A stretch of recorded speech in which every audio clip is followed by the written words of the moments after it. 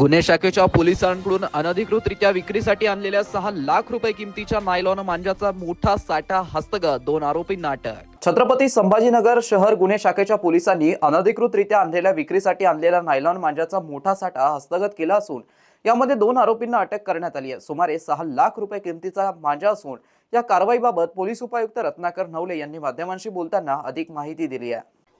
काल दिनांक गुन्हे शाखेच्या पथकाला कुरिअर कंपनीच्या मार्फतीनं माहिती मिळाली होती की एक पार्सल बरेच दिवस झालं पडून आहे, कोण डिलिव्हरीला येत नाही, डिलिव्हरी घ्यायला येत नाही।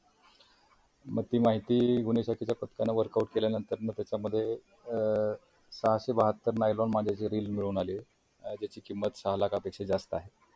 आणि याच्यामध्ये मुकुंदवाडी पोलीस स्टेशनला 491/2025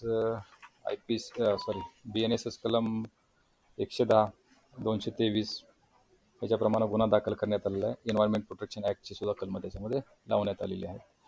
याच्यात 2 आरोपी आम्ही अटक केलेले आहेत आणि त्या आरोपींना उद्या न्यायालयासमोर हजर करण्यात येईल। साधारण मागच्या 8-1 दिवसामध्ये शहर पोलिसांच्या मार्फतीनं माननीय पोलीस आयुक्त सरांच्या मार्गदर्शनाखाली नायलॉन मांजाची विक्री पुरवठा या संदर्भामध्ये धडक कारवाई होत आहे। मागच्या काही दिवसांमध्ये मिळून साधारण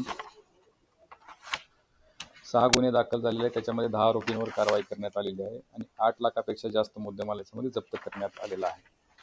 एकंदरीत या नायलॉन मांजाच्या संदर्भामध्ये जे काही नेटवर्किंग आहे ते मोडून काढण्यासाठी पोलीस विभाग सक्रियपणे काम करत आहे।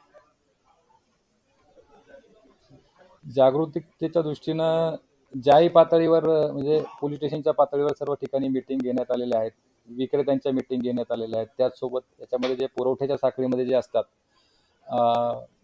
ट्रान्सपोर्टवाले, ट्रॅव्हल्सवाले, त्यानंतर ई-कॉमर्सचे जे प्लॅटफॉर्म आहेत, या सर्व लोकांना बोलवून त्यांना सूचना देण्यात आलेल्या आहेत की अशा प्रकारचा कुठलाही, आणि ह्याचा फायदाही झाला, त्यामुळे लोक किंवा पुरवठा साखळीतले काही लोकांनी पण माहिती दिली, त्यामुळेच आपण काही चांगल्या कारवाई सुद्धा त्याच्यामध्ये करू शकलो। त्यामुळे जागरूकता सर्व पातळीवर होत आहे। नागरिकांसाठी सुद्धा अवेअरनेस करण्यात येत आहे।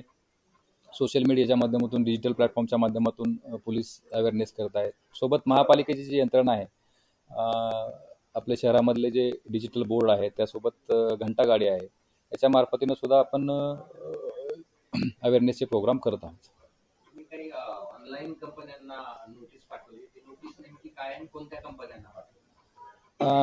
आता कंपन्यांना आता त्याच्यामध्ये 7-8 कंपन्या आहेत, मॅक्झिमम 8-9 असतील। त्याच्यामध्ये नोटीस अशी आहे की जर हा बँड आयटम आहे तर आपल्या प्लॅटफॉर्मवर जर कोणी ते विकत असेल किंवा विकण्यासाठी उपलब्ध करत असेल तर ते आपण ठेवू नये, या संदर्भाची एक प्रिव्हेंटिव्ह टाईप नोटीस आहे त्यांना, जेणेकरून हे त्यांच्याही लक्षात येईल आणि भविष्यामध्ये ते विकलं जाणं प्रतिबंध होईल।